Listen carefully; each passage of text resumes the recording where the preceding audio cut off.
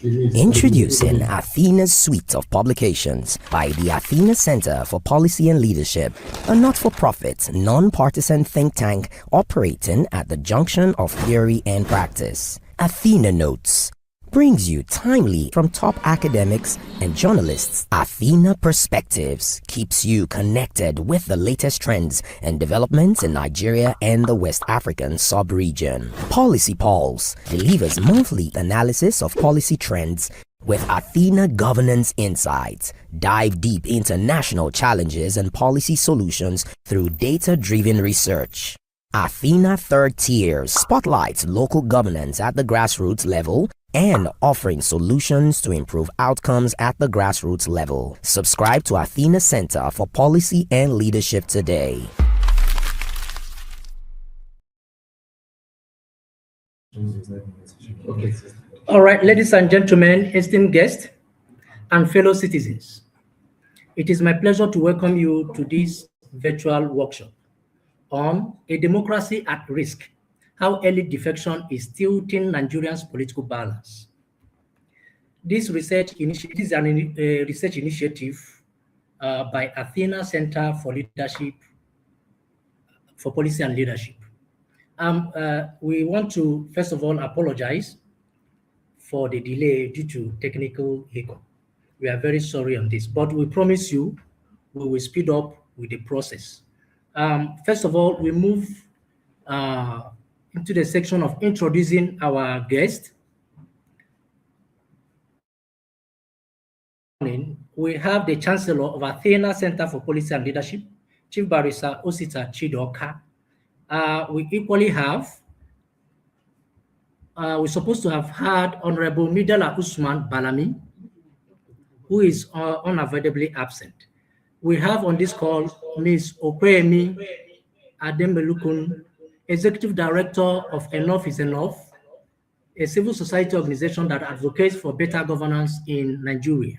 She's also a senior associate at the Center for Strategic and International Studies. Ma, you are welcome. We equally have on this conference Dr. Philip T. Vande, an associate professor of political science.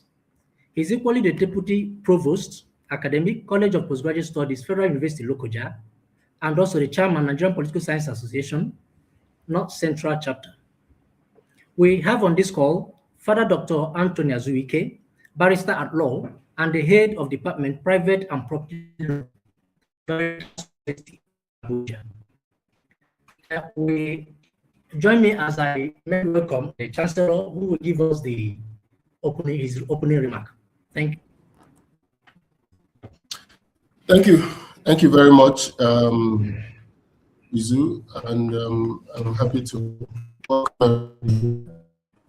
Today we're having a conversation about the gale of defections that have taken over the Nigerian political space.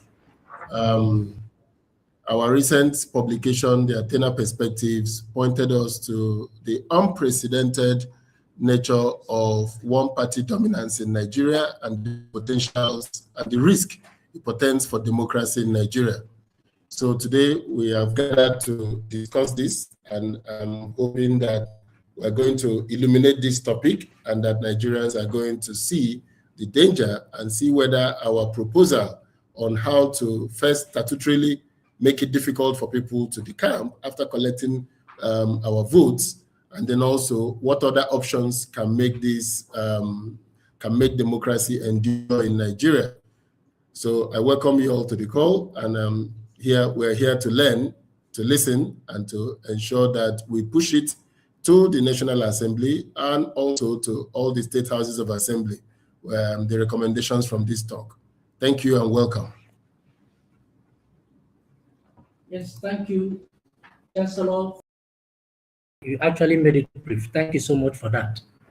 We'll move straight to presenting the Athena Center research, which was published, that will set the tone for our discussion this morning. Please, the technical officers, can you bring up the... All right. I know everybody can see the screen. The topic, a democracy at risk, how elite defection is tilting Nigeria's political balance. The next slide. Yeah, go ahead.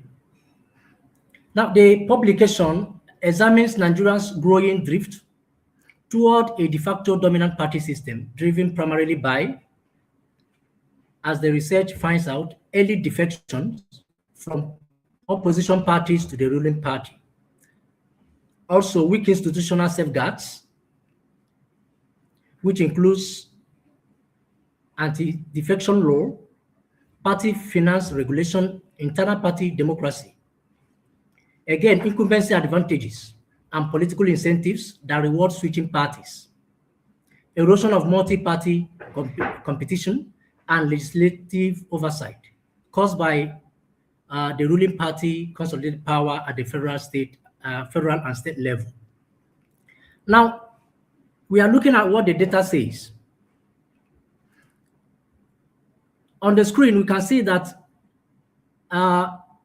18 registered political parties is recorded from the INEC after the deregulation exercise. After the registration exercise. Then APC governors, after 2023 general election, had 15 governors. But as we speak currently, they have 26 governors. And what that goes to show is that majority the governors for functioning. A lot of political implications. At the point of inauguration, the ruling party had 59 senators. At midtime, after defection, they recorded 75 out of 109 seats. The House of Representatives, the ruling party, upon assumption into office, they had 178 House of Rep members. After defections, they currently record 226 out of 360 seats. That again makes them getting close to the threshold for decision making at the floor of the House. The next slide, please. Now, we equally looked at what has happened, the range of defection beginning from the 1999, that is the First Republic, different administrations. 1999 to 2001, at midterm, that is 2 years, within 2 years of assuming office, we have the range between 25 to 40 defections. 2003 to 2005, we have the range 20 to 35 defections. 2007 and 2009, we have the range 15 to 35 defections. 2011 and 2013, we have the range 40 to 80 defections. 2015 to 2017, we had the range 20 to 40 defections. While 2019 to 2021, we had the range 50 to 120 defections. Then currently, 2023 to 2025, we had the range 120 to 250 defections, which is the largest. And that actually gives every citizen concern.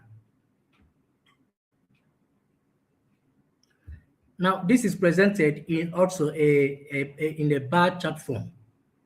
Proceed. Now, what the research finds, the research findings. One, Nigeria is moving towards one-party predominance. This is reflected that the current party now controls more than 2/3 of the governors, which impacts in the decision-making. For instance, the amendment of the Constitution, what this means is that the opposition party may not just have their way, but may not have their say. Again, this reflects as the current party holds a superior majority in the Senate House, and at the same time, overwhelming majority in the Federal House of Representatives after defection. This also implies in the policy making at the National Assembly, beginning from the budget and oversight functions and so on. Also, defections are structural, not episodic, and therefore are increasingly in volume. Two, we discovered institutional weaknesses encouraging defections. This reflects in the aspect of anti-defection laws being ambiguous and weakly enforced. Defectors keep their offices and resources even after defection, which means that it has no consequences. Also, party finance regulation is opaque. Internal party democracy is poor. The next slide. All right, defections strengthen the ruling party and weakens the opposition. This also reflects as the ruling party gains control of committees, including appropriation, finance, public accounts. These are sensitive committees that shape the decision in the country. Again, legislative oversight is weakened. Oversight inquiries become shallow. At the same time, budgeting becomes executive-driven.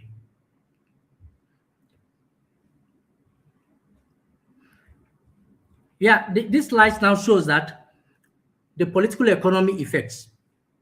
Who are the winners and who are the losers? Here, we identified the winners, the ruling party, the incumbent governors and legislators, the contractors, and receiving networks. The losers, opposition parties, legislative accountability mechanisms, and voters, which are the general citizens. In Athena Center, part of the hallmark and what distinguishes Athena Center in their research is having a comparative insight. We looked at what happens elsewhere. For instance, in India, they have anti-defection law, which reduced party switching. In Mexico, they have comprehensive electoral reforms, which restored competition, party competition, and gives electors options to choose who leads them. Then in South Africa, yes, they have strong institutions, but they did not translate into party competition, but rather it skewed voter alignment. So at this point, we learn what works and what didn't work. In what didn't work, we learn by not repeating it in our own setting. Then causal insight. Unless cost for defections rise and party finance becomes transparent, elite behavior will not change. Institutional decay, not voter choice, is driving the political realignment. Proceed. A five-pillar reform option. A five-pillar reform option. Number one. Proceed. In the five-pillar research option, we have Anti-Party Defection Act. This contains that clear and automatic seat forfeiture rules for defection outside stipulated window of after party primary and before general election. What this means is that as we can see today, the law that talks about party defection seems to be ambiguous. But with this, there must be a stipulated window. What the paper is recommending is that in this stipulated window, defection can happen only after party primaries and before general. So diffuse the argument. In this, people can defect but must defect responsibly. There's a cost for deflection. That is what the recommendation means. And in any eventuality of litigation, there is need to fast track 60-day tribunal for election cases. Proceed. Party Finance Discount Act, quarterly donor and expenditure reporting, independent audits, establish INEC Party Finance Compliance Unit, match public funding for transparent parties. With this, it will help in shaping the internal democracy within the political parties. Proceed. Then strengthen INEC autonomy. Today, people are asking mass defections. Some people call it reckless defection. Now, INEC appears to be hand-tied. We recommend that multi-year statutory budgeting, secure digital voter register, and merit-based recruitment. This will restore confidence in the body of INEC. Proceed. Intra-party democracy and ballot access certification. Transparent primaries required, audited accounts and gender balance targets, technical support for small parties, and sanctions for non-compliance. In policy 5, civic engagement, media freedom, and observation. This is where the members of the panel now come in.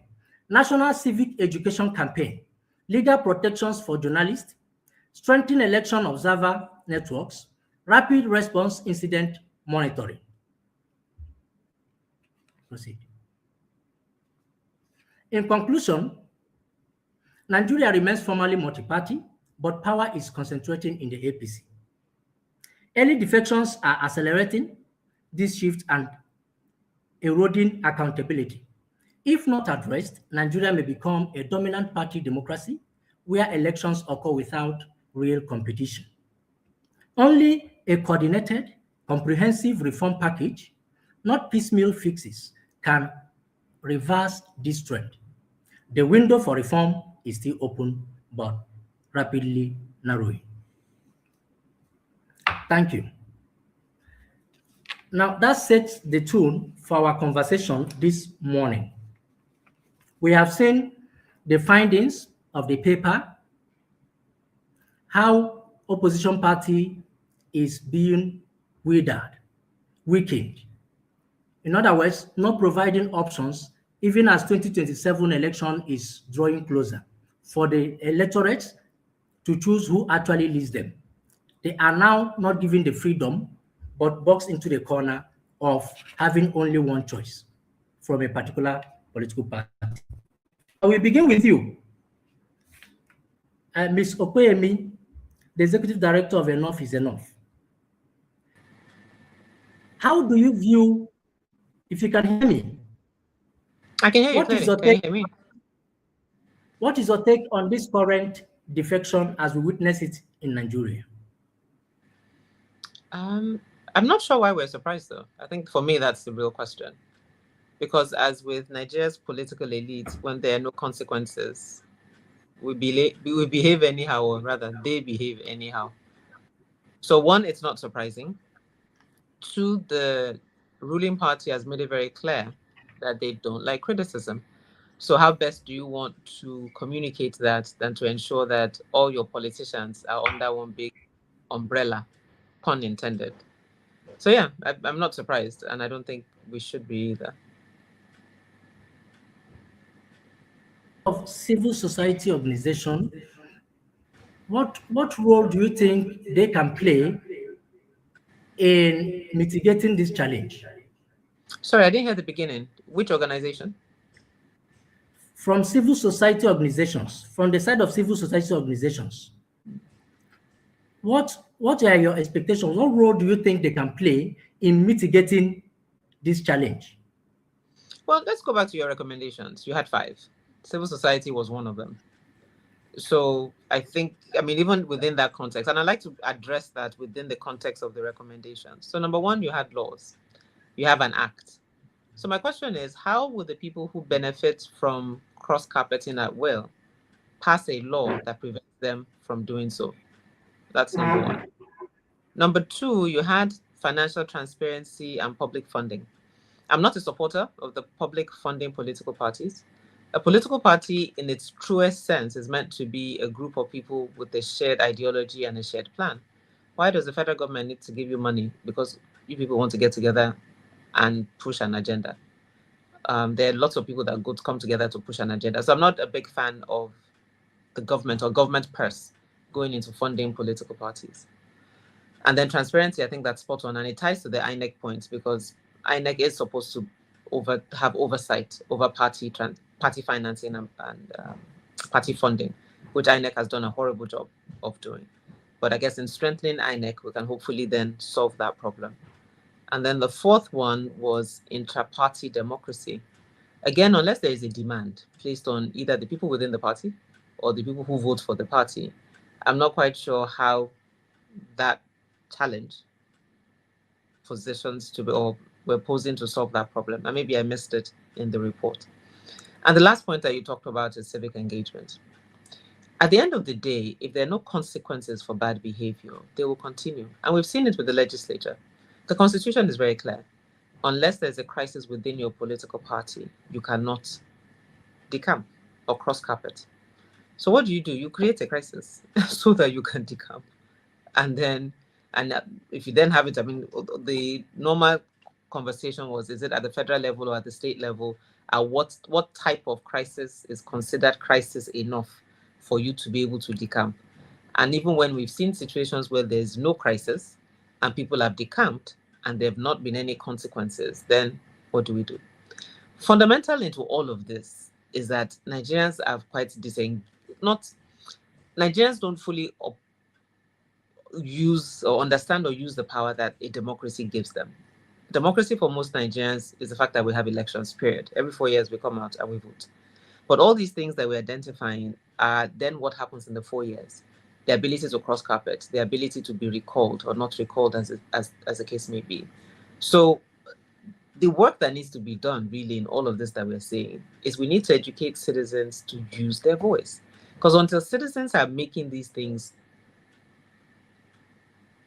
a problem, then nothing will happen. Because at the end of the day, when I went to the poll, I voted for APC. So even within the structure of how we vote, when I went to the poll, rather, I voted for PDP. That's where my thumb is.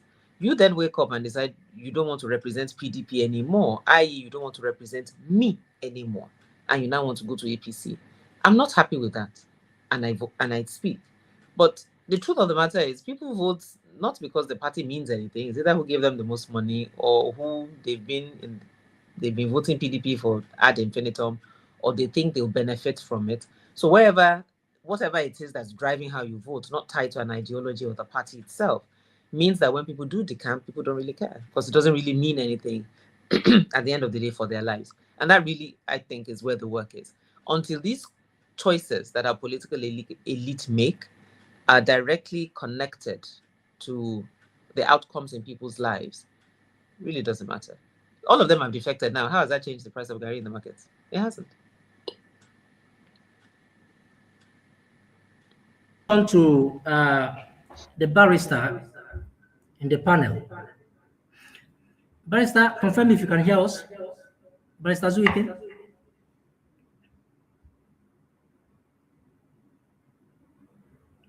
Hello?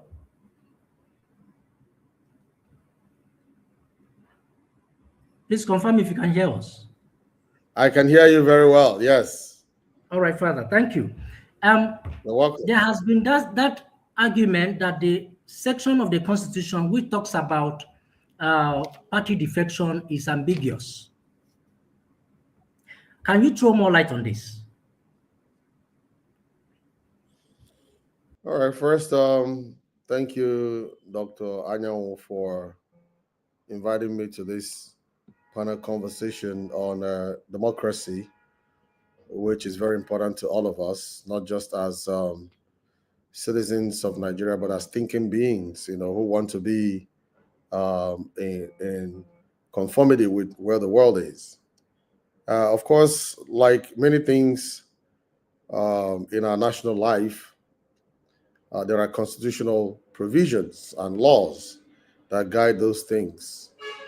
Where the problem always lies is enforcement, implementation, if you like, and then enforcement of those things. Yeah. So in the 1999 Constitution of the Federal Republic of Nigeria, as amended, it's clearly stated in Section 68, subsection 1G, that for anyone who is elected on the platform of a political party, you cannot just defect. I want to read exactly what the Constitution says. It says, a member of the Senate or the House of Representatives shall vacate his seat in the House of which he's a member if he becomes a member of another legislative house, and any other circumstances that arise if he were not a member of the Senate or the House of Representatives would cause him to be disqualified for election as a member. But I want to go to I more than G, rather. G is very germane. It says, being a person whose election to the House was sponsored by a political party, he becomes a member of another political party before the expiration of the period for which that House was elected, provided that his membership of the latter political party is not as a result of a division in the political party to which he was previously a member, or of a merger of two or more political parties or factions by one of which he was previously sponsored. And that's, in part, what my what I call her co-panelist, Ms. Yemi, was talking about earlier about division or faction there. But the thing is, the courts also have defined what that fraction or fractionalization or division would mean. Precisely in the case of Fedeco and Goni decided in 1983, the court decided only such fractionalization, fragmentation that makes it impossible or impracticable for a political party to function as such would justify a person's defection to another party by virtue of Section 68, subsection 1G. So now, like she said also, what's the degree of that fractionalization? What qualifies for fractionalization? And what do they do? So you see politicians creating problems, factions, so that they can do just that, which is defect. But the thing is that we need to look closer, following constitutional stipulations as well as court pronouncements. What is the nature of those fragmentations? And she also highlighted that some just, defect because that's what to do. And the problem goes back to the fact that Nigerians feel helpless. The laws are there in the books, including our most important law in the country, which is the Constitution, So, and then, of course, court pronouncements here and there. Hello, Father, we can't hear you clearly. Can you hear us? I can hear you. I can hear you. Can you hear me? All right. The network is not okay. Continue. Let's see. Can you hear me now? Can you hear me now? Hello.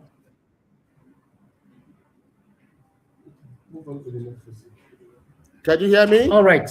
Dr. Philip Vande, please confirm if you can hear us so that we come to you.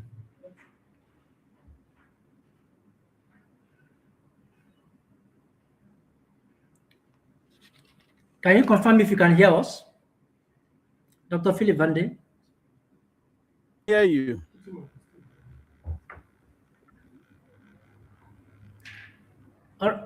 Confirm if you can hear us. All right, we can hear you now. I can hear you. All right, from the academia, you have seen what is going on regarding party defection. And some people have argued that this is within the natural law of self-survival. Now, when you look at this, defection is actually retuning and reshaping our democracy, that it strengthens the consolidation of democracy in Nigeria. What's the perception of this?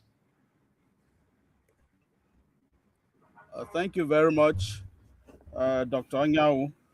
Can you hear us? Yes, I can hear you. Can you hear me? Hello? Can you hear me? How does this rampant defection align with the principles of democracy? Okay, can you hear me? Anything else? Can you hear me now? Yes, I can hear you. How does All the right, mass thank you very defection? much. Yes, go ahead if you heard me. Okay, I want to thank you for this invitation, and I want to thank my co-panelists for their contribution.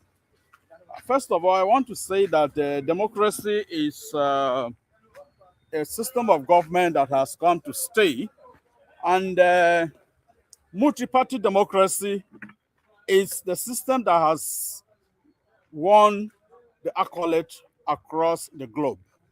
We are no longer or authoritarianism or single party or one party state or zero party system is no longer in vogue. And so democracy allows the freedom of choice and the sanctity of choice, let me call it that way.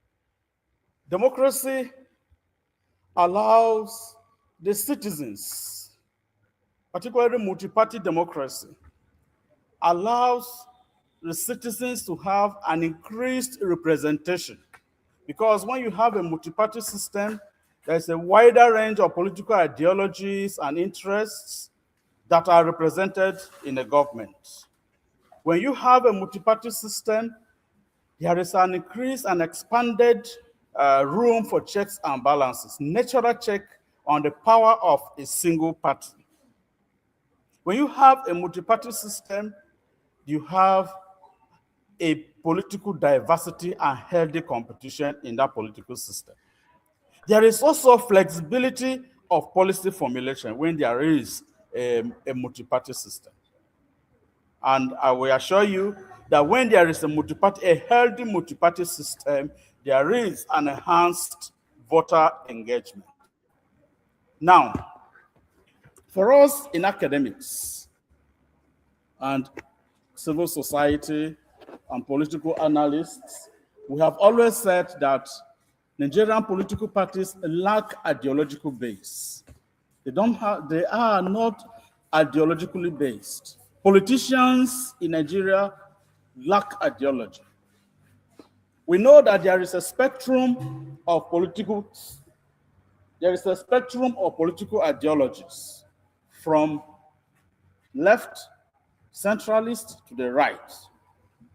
Yet, you keep wondering where the Nigerian politicians belong. I was with my students in the class recently and I was asking them where they belong, because somebody you see belonging to Party A today that you may think has leaned towards conservatism, tomorrow cross carpets, defects, or whatever name you call it, to another party, which is completely opposite, maybe in ideology, with the one he left. So for us in academics, it has been a headache to try to make recommendations, even from evidence-based researchers, that Nigerian political parties should be ideologically based. And politicians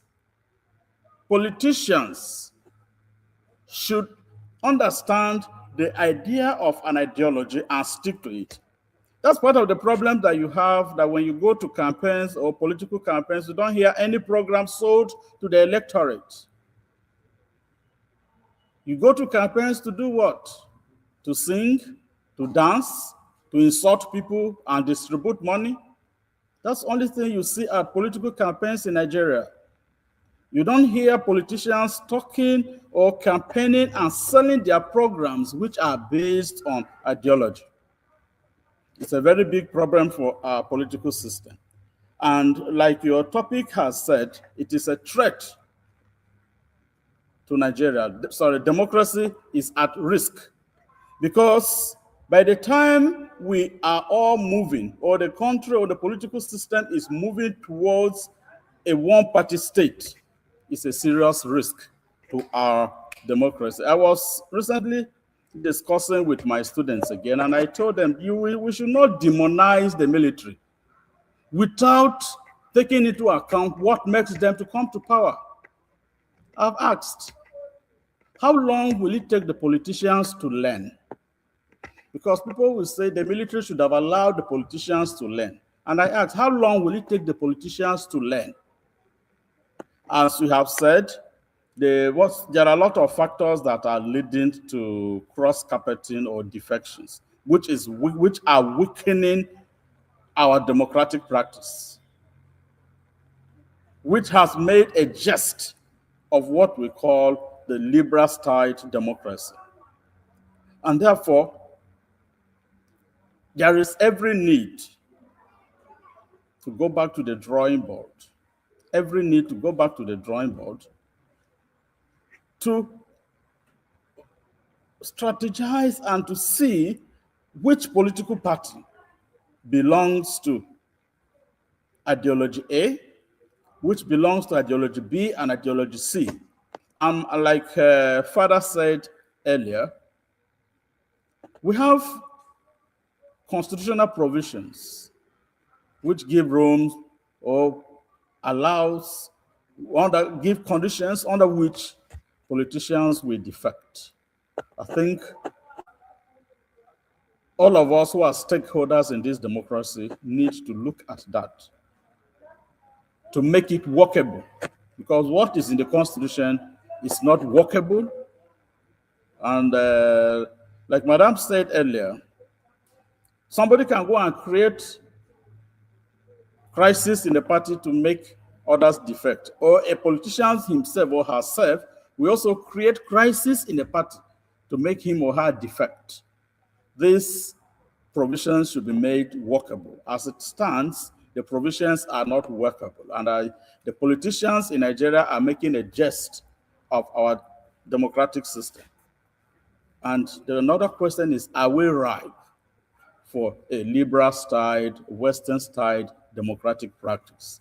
Because what is going on here is completely not within the ethos of democratic practice. Thank you, sir. Hello? On his own perspective. Hello? Thank you, everybody.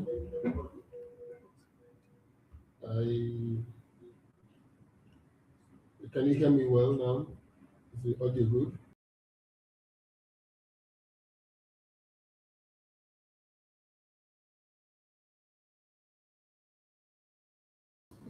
Okay, my mic is unmuted. Yes. So there are very interesting data I would like to represent here. And it is that as at 2023, when we elected this legislature, as at 2023, the Nigerian people voted for a plural National Assembly. And plural National Assembly in that case was, we have the situation at inauguration in the House of Reps. APC had 162 seats, PDP 102, Labour 34, NNPP 18, APGA 4, ADC 2, SDP 2, YPP 1, total 360 in the House of Representatives. In the Senate, APC had 59 seats, PDP 36, Labour 8, New Nigerian People's Party, NNPP 2 seats, Social Democratic Party 2 seats, APGA 1 seat, and Young Progressives Party 1 seat.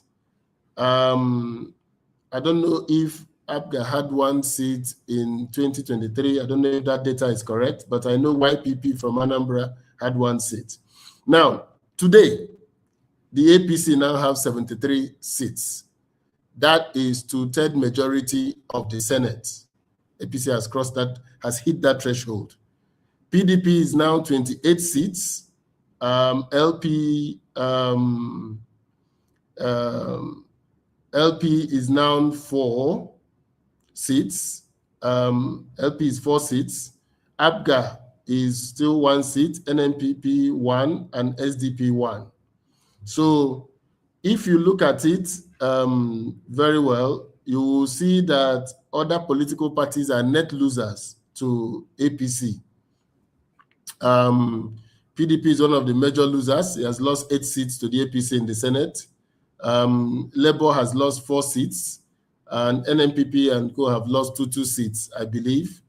So if you look at the current House of Representatives, APC now has 231 seats, about 64.2%. PDP, 83 seats.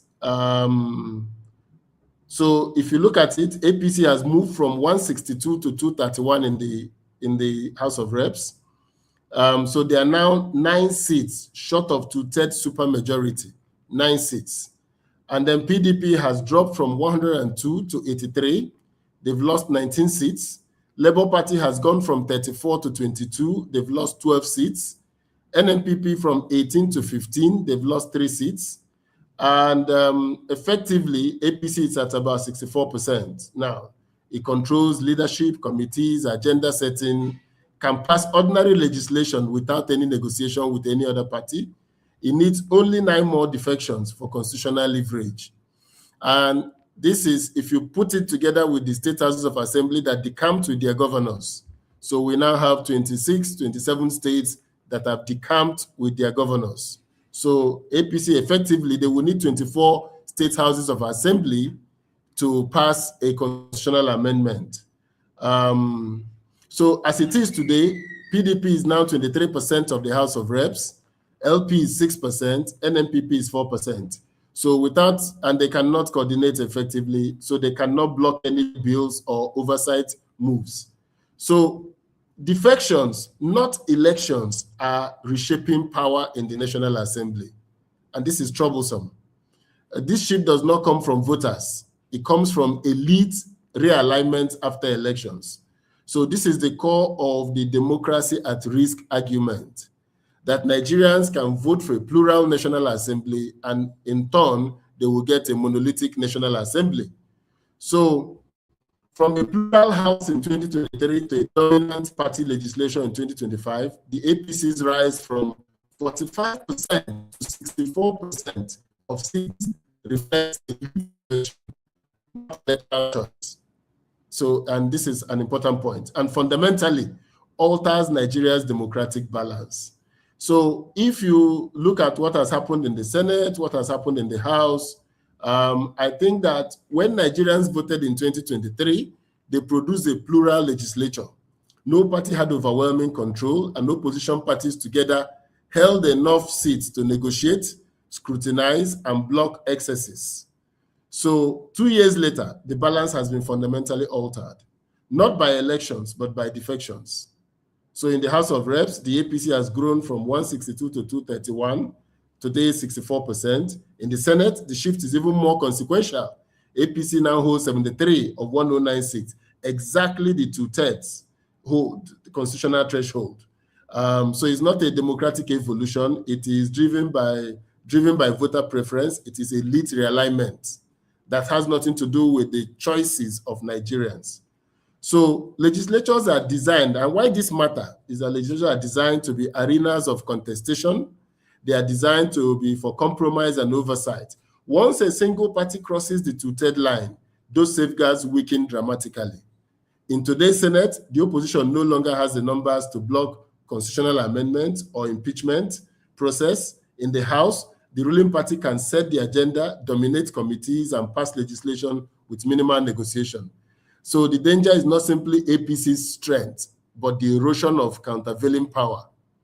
Both Labour and PDP today cannot countervail the powers of APC. So democracies do not collapse only through coups. They can also hollow out quietly when checks becomes formalities and the opposition becomes symbolic. So the deeper democratic signal we have is that the current trajectory sends a troubling signal to voters. Election decides offices, but defections decide power. This is the troubling signal. So what is the purpose of us electing officers to create a plural legislature when they can all defect? So when lawmakers routinely switch parties after securing mandate, political parties lose meaning, voters' trust declines, and ideology is replaced by convenience.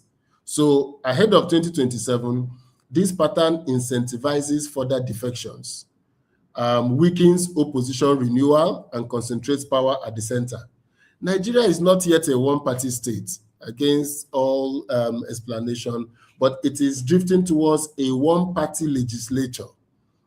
That distinction matters, and it is why this moment deserves urgent national attention. So I think that the supermajority was not produced by voters, it was produced by defections.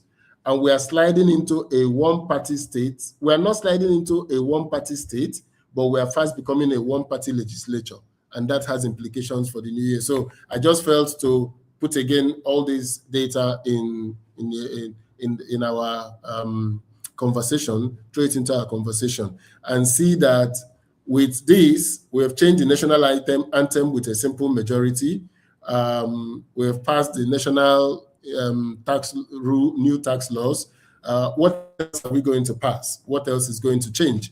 We don't know, but it has implications when political parties cannot be the guardrails of our democracy. And I would like to know what next? How do we solve this problem? All right. Thank you, Chancellor. Chancellor has actually rolled out the data, and those data are really troublesome, are really threatening, showing that actually our democracy is at risk. I will again come to you, Ms. Okoyemi. Nigerians have always believed in the civil society organization. What do we do as civil society organization at a short term before 2027 to at least mitigate this threat? What do we do as civil society organization? I think, first of all, the notion is a bit of a fallacy. And I think I'm in a season when I'm reviewing that, yes, civil society has power for sure. But when civil society becomes, I'm not quite sure, becomes partisan, I guess, in outlook, not maybe directly, but in association, it becomes a bit more challenging. So EIE Nigeria just premiered a short film on Wednesday looking at 3 eras of active citizenship. And the idea was to remind citizens that there have been times in Nigeria's history when it wasn't organized civil society that shifted the tide. So 1993, after the June 12 election annulment, there was a group called Concerned Professionals that was started by a banker at Edupita side who wrote an article. So he, Patutomi Samoni, formed Concerned Professionals, and their name, they were concerned professionals about where Nigeria was going on the back of the annulment of the June 12 election. It was later joined by people like Obi Ezekwesili, Konya Ajayi, who was a lawyer, Asue Godalo, who was a lawyer. And they, as professionals, were putting themselves forward that this was unacceptable. Obviously, Nadeco, Nadeco or Campaign Hasidi, Campaign for Democracy, and other formalized organizations then went on to advocate, and the journey for a return to democracy started. You fast forward to 2010, and also professionals, but now more in the media space, entertainment space, decided that enough was enough. And that led to the Enough is Enough protest. And this was on the back of Jonathan, Adua being dead or alive, refusal to let Jonathan come into power. So young people also got on the streets, again, following leadership from Save Nigeria Group, Tunde Bakare, Wole Soyinka, Femi Falana. Again, just citizens. Save Nigeria Group was a bit of a structured body, but the Enough is Enough led protest led by young people wasn't a structured organization. It became an organization that's now the organization that I lead. Fast forward 10 years to NSAS. NSAS was triggered by a tweet. So it wasn't, again, organized civil society that led to the protests we saw in Lagos, at the toll gate, in Abuja. It was just citizens saying that they have had enough. So I think we should be careful around the expectation around organized civil society and what messiah they bring. But the role that organized civil society, let me take that back. The role that civil society has, and civil society in its very broad definition, includes the media, includes association, which includes religious institutions, and obviously then what we call organized civil society. The role that we have is to help Nigerians connect the dots. And Osita laid it out very clearly. Around this is not just about numbers in the Senate or the House of Representatives. It's about what that means for legislation. So you don't have anybody that can stand up on the floor of the Senate and give a spirited argument in terms of opposition around why this doesn't make sense, because everybody is sleeping facing the same direction. So when you think about that within the context of our governance outcomes, it is major. We're going into constitutional amendment voting, who are the people that are going to vote against something because they believe fundamentally is wrong, when everybody is waving a broom? Oh, is it a broom? Yeah, it's a broom. Where everybody is waving a broom. And those are the things that we need to be very mindful of around what it means for accountability, what it means for debate, what it means for legislation for a country where everybody is facing the same side of debate. Now, Sita said we're not yet a one-party state. And I don't know, maybe there was a definition that I missed. But for me, I don't think it's in the numbers necessarily. I think it's in the tone of governance.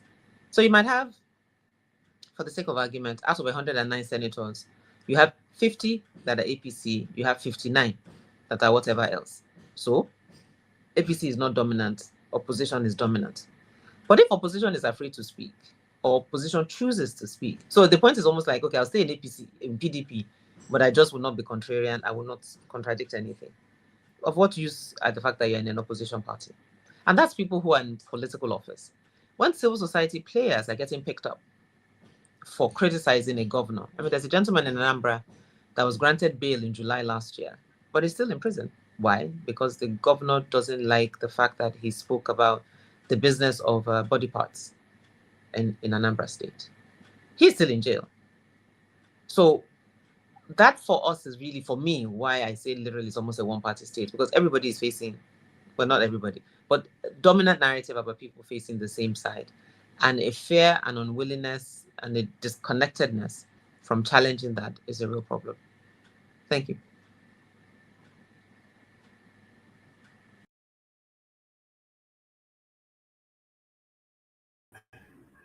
All right. Thank you so much, Ma. I will come back to you again. Father Zuike, you are the legal person here.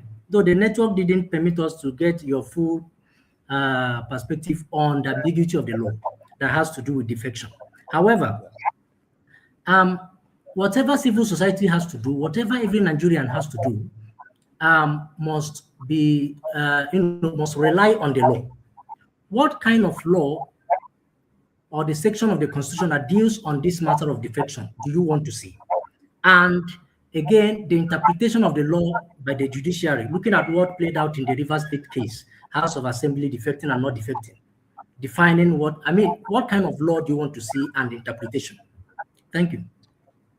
Well, thank you, and thank you for welcoming me back. Well, the problem in Nigeria is that, as a lot of people have said, we are almost a lawless state where laws mean next to nothing. Like I said, if you look at our books, we have all kinds of legal provisions, but how much are they respected? How much are they respected? And then you go to court, you begin to see the real disaster, because as all the speakers have rightly said, especially the last speaker, Ms. Yemi, we are tending towards a very disturbing state in our democracy, where we're becoming almost North Korea or Cuba or even China, where opposition is crushed by every means. So gradually we have come to the point where our laws don't matter anymore. They said the judiciary is the last hope of the common man. I don't know if that still obtains, because when you go to court, the kind of judgments coming out of our courts sometimes are very disgraceful, even to us as lawyers. So like I said, there are very, very poignant provisions in our laws, like Section 68 already mentioned, Section 109, already Again, we mentioned. are trying to hear you loud and clear. Meeting us. Can you hear me? I can hear you. I don't know what the problem is. I can hear you. I can hear you All very right, well. proceed. Please Can you proceed. hear me? Can you hear me? Hello, Dr. Zu, can you hear me? Yes, we can. Okay, very good. Very good.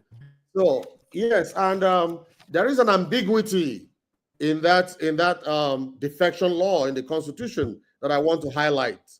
You know, for instance, that law, Section 68 or Section 109, subsection 1G, those two provisions do not address the executive. They mostly focus on the legislature, you know, defection of the legislature. And in the case of PDP and Umahi decided in 2022, the Supreme Court ruled that governors cannot be removed for defection as votes belong to the party, not the person. I don't know if you can hear me. And if courts are ruling, hello, can you hear me? Yes, I can hear you. Yes. If courts are coming up with such decision, and if you look at the date of that decision, you will see that it's very recent. That's 2022, when this whole quagmire is already unfolding. You know, the quagmire we're living with already has started unfolding as at 2022. So if this law does not pertain or relate to the executive, but only the legislature, then there's a problem. Because if you think about that, both the executive and the legislature are elected by the people. So why would you have a law that only pertains to one branch and it doesn't pertain to the other side?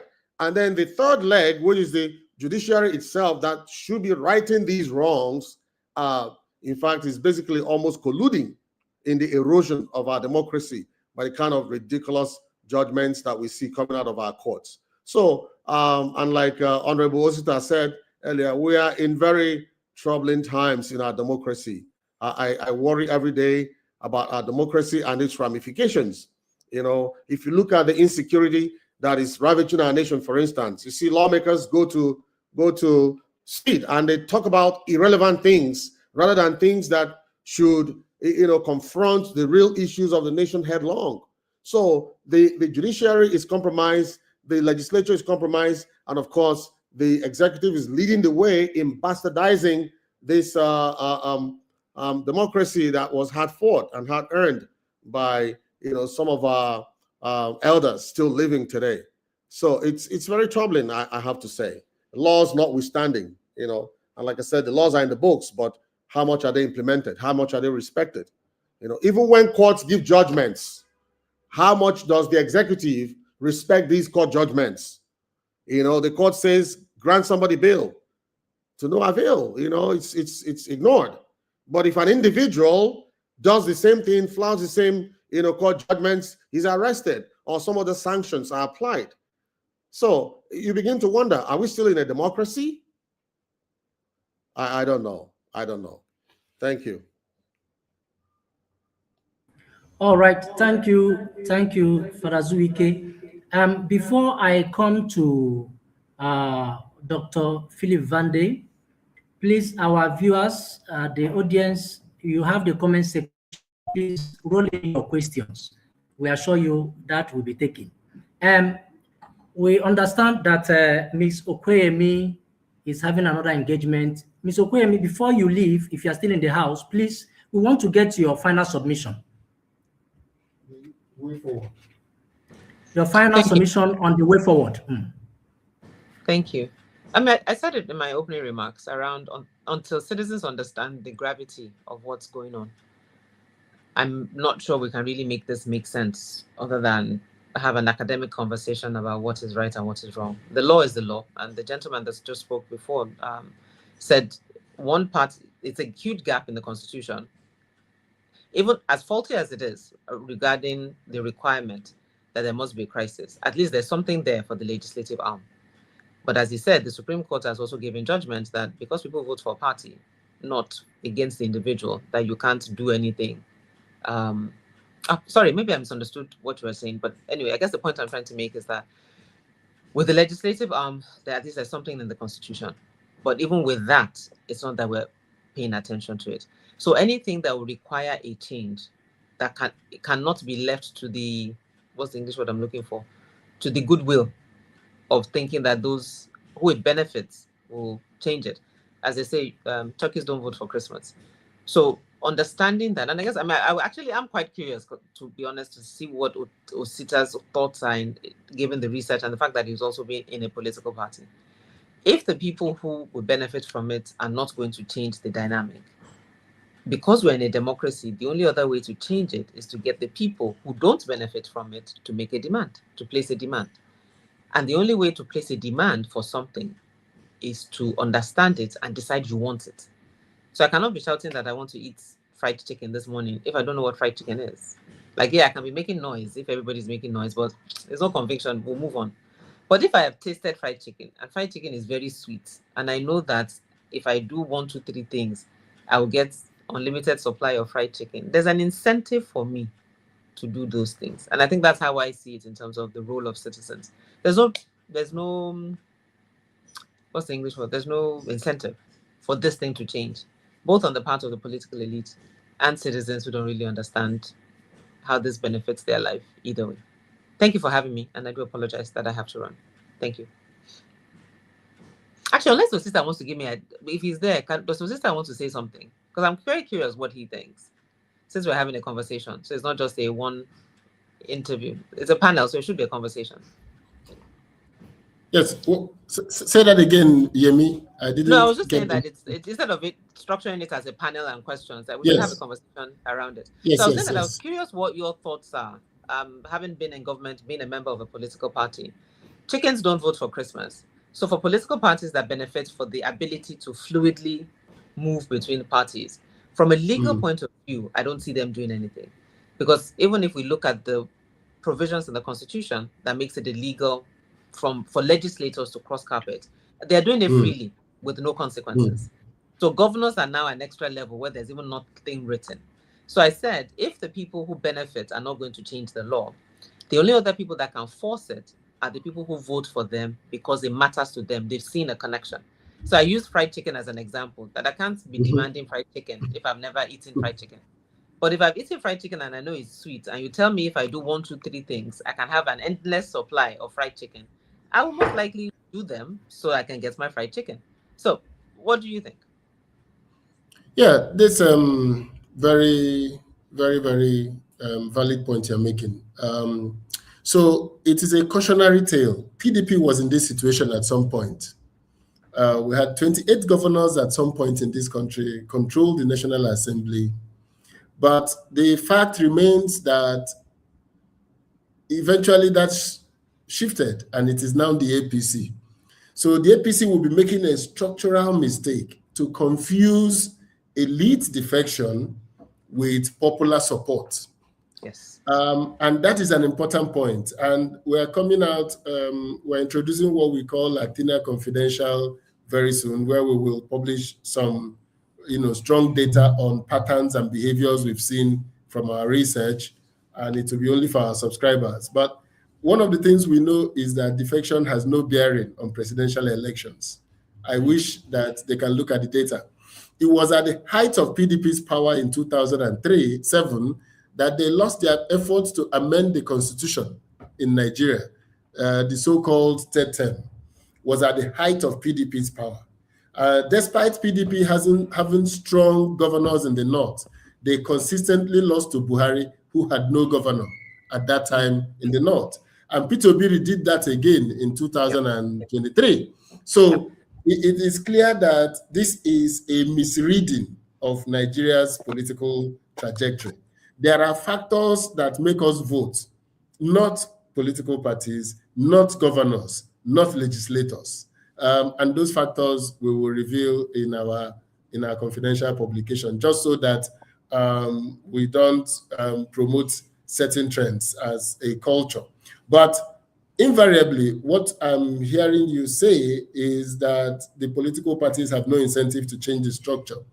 But also, what the lesson will be is when they go back to be re-elected, if the voters decide that they will vote again for the parties that they voted earlier on in the election, then that will be a lesson to the politicians who defected. Yeah. So I am hoping that in 2027, on the day of the National Assembly election, that there will be, and I hope that a political party or a civil group should make it a campaign idea, that a unilateral legislature is bad for democracy. If you notice, Americans, they're always trying to make sure that there is a balance in the Congress. Yes, they're always making sure that midterm elections provide them opportunity to always, yes, to rebalance. So the Nigerians have to realize that decisions are made in the legislature, because the years of military rule has made us see the executive as the only part of power. Nigerians don't really think of the legislature as real power. They think of them as people who gather in Abuja to just chop. But the reality is that they make decisions that are structural and fundamental to the state.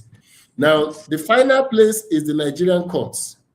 And something significant happened today. I just read, and I don't know if it is correct, that the Supreme Court have just given judgment on the case of Miriam Sanda and has reaffirmed her death sentence and expressed concern that the executive granted pardon for a matter that was still before the Supreme Court. So they sentenced her to death again. So that pardon cannot, of 12 years does not arise anymore. The president may need to grant another pardon. But the process is that courts have made an important point. They've said, you cannot do this. So we hope that the judiciary will be able to tell legislators and even governors that a party should go to the court and say, this seat was ours. This governor has been elected. Please, court, decide. Can he go with our votes to another party? And I'm looking forward to when the courts will do what they did for Peter Obi and for in Andy Uba's case. When the Supreme Court came back and said that election is a nullity, Peter Obi's tenure has not ended. And that changed the structure of Nigerian voting, that we now have off-cycle elections. So I'm waiting for the judiciary, and a political party should go and test it. This governor was elected in our party. There should be no question. If he does not want to be in that party again, then the seat becomes vacant. He should go for another election. If the party has division or no division. So when they claim that there is a division in the party and all of that, that doesn't, for me, deal with the question. So two strategies I see: the legislature, the voters to reaffirm their support for the parties they want in 2027. The second one is for the judiciary to tell the political parties, you cannot transfer the votes, return the seats to the party election if you decide to go. Thank you. And just to respond to that really quickly, your point about the judiciary, I think is very powerful. And just because we keep having to test them, and sometimes they surprise us with judgments that actually make sense. And then the second part is what you had said about the voters.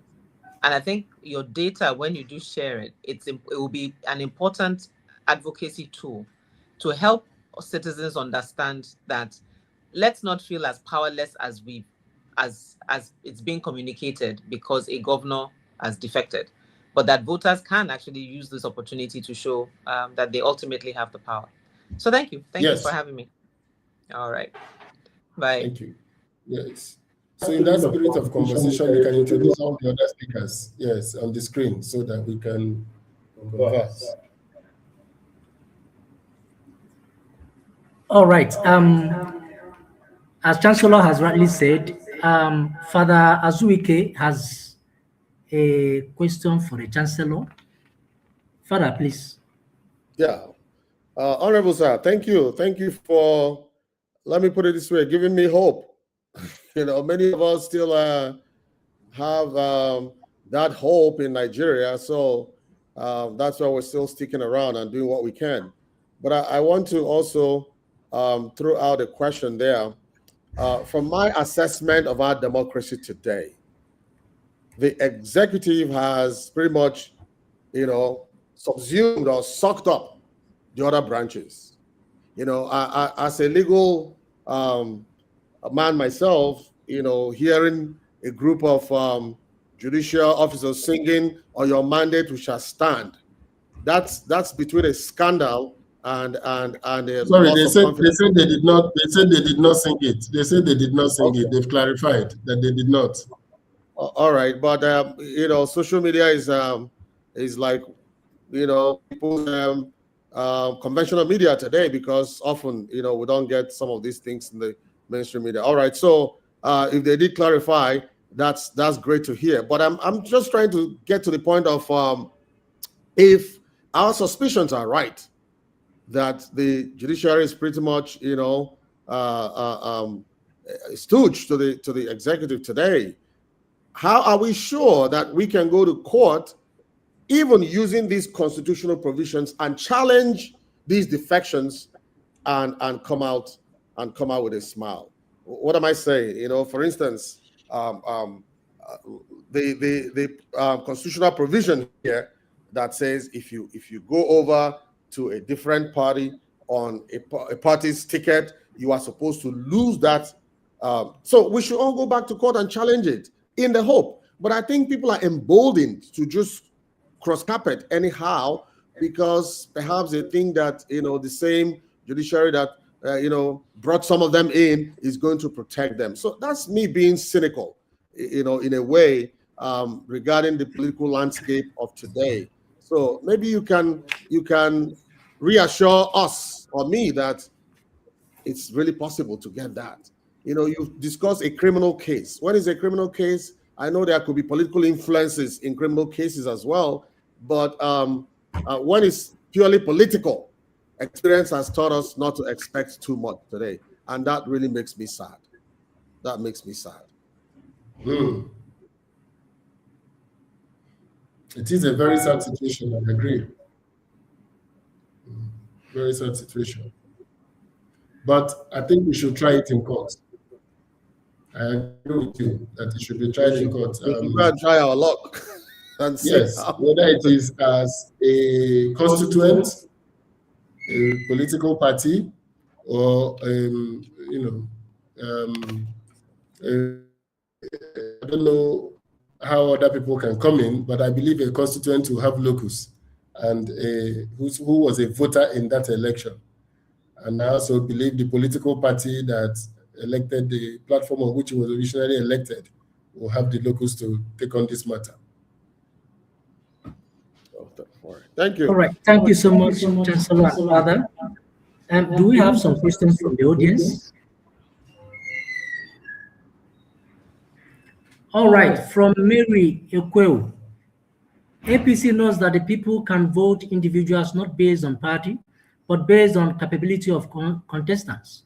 So what they are doing with this defection is to ensure the state governors deliver a result that will favor the incumbent president.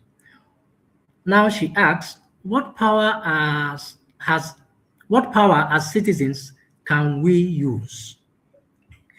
I think that has already been answered by the Chancellor, that in the 2027 election, if the citizens vote right and hoping that the electoral process is transparent enough, then that will be taken care of. That is our power. Thank you. Any other one? Why are the laws, this from Desmond Chinedu, why are the laws on defection not being enforced? Why are the laws on defection not being enforced? Okay, that again was part of the submission now, that political parties, those who are affected by this defection, should go to the court and claim their mandate and test the court and see what the court can do. Yes, any other one? All right, let me come back to Dr. Philip. We are winding down now. Let me come back to Dr. Philip. Dr. Philip Vanda, are you still on call? All right, back to you, Father. Let's get your final submission here. What is the way forward for you? Even as 2027 election is around the corner, what is your final submission on the way forward? Well, I would say that Nigerians must stay the course. And staying the course means that elections are approaching. despite our misgivings, we must do what is electorally expedient. What do I mean? Register to vote and indeed come out to vote. You never know, like Honorable Sita expressed optimism. We have not tested the current INEC chairman. He's just new. Perhaps he may want to do the right thing. And so if we all recline into our safety enclaves or just stay in our homes and refuse to come out and vote, then we don't stand a chance. It's just like if you don't put up a fight, you are already defeated. But if you put up a fight, you never know. The other man might be having a bad day and you have your day and you win. So I believe in putting up fights. So let's go out there, 2027, do what we're supposed to do now by registering, and then on that day, come out to vote. Perhaps our vote will count. And if it doesn't count in 2027, it may count in 2031. So my final word would be, let the citizens remain active, let them remain engaged. I know it's hard to feel hopeful. We are all beaten on all sides. Insecurity is there ravaging us, political manipulations of all sorts, but let's not be defeated. There is power in the citizenry, and we can exercise our power. If it doesn't work out for us today, it will work out tomorrow. That's my word to our listeners and to the Nigerian populace. Thank you so much, Father. Thank you so much. There is power in the citizenry. Then before we again turn back to the Chancellor for his closing remark, I learned there is another question from Francis Ejimai. Can we try a zero-party elections at the local government levels? Can we try a zero-party elections at the local government levels? That will require constitution amendment. It's part of the issue we are discussing. All right, ladies and gentlemen, let me now call on the Chancellor for his closing remark. Chancellor, sir. Well,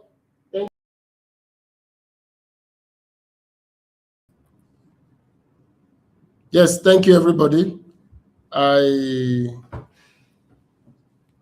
think that what is at stake here is the conclusions, the Athena perspective that led to this conversation suggested an electoral integrity system that focuses on ensuring that political parties, that elected officers stay true to the platforms that elected them. And this is already in our law. The caveat about there is crisis in the party, I think that caveat needs to go. And just said, if you change party, there will be fresh election in that place. Is that simple? And the global examples we saw, many countries have actively done something to stop the tide of defections. A one-party state is not in the interest of anybody, but the truth of the matter is that party, despite that parties have won, but it is when they are vehicles for our ethnic and other primordial interest, is not by defection. So I think we should have a robust democracy, and we should push to send to the National Assembly an amendment that we would like to see in the law to stop this defection. Whether the chickens will vote for Christmas, as Yemi said, will be left for them to determine. But we will, on our part as Athena Center, take a reflection of these conversations, our research, and forward it to the two arms of the National Assembly and also to the executive on why we need to amend our laws to stop defections. We cannot denigrate the voters who have made a choice for a plural legislature, and then by elite consensus agreements and defections, we alter the balance that Nigerians had voted for. That for me is almost criminal. So we need to reverse it. So thank you all, and just know that we will continue to have these Athena conversations, and we're going to make sure that at the end of the day, some of these views are taken to where it will be heard. Our position in Athena Center is that we do not glorify problems, we solve them. So we're looking forward to solving this problem. Thank you. Goodbye. Yeah, thank you so much, Chancellor. The position in Athena is that we do not glorify problems, rather we solve them. And one party state is not in the interest of anybody, as he rightly said. So before I call on the for the vote of thanks, please let me ask the panelists to put on their camera so that we can have a group picture before the vote of thanks.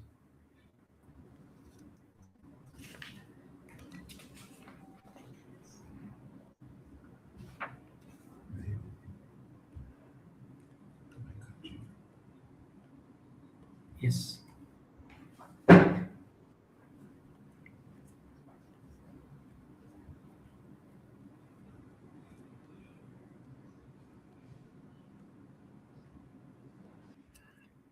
All right, thank you so much. We now call on Ms. Sarah Eke, the program coordinator, to please give her vote of thanks.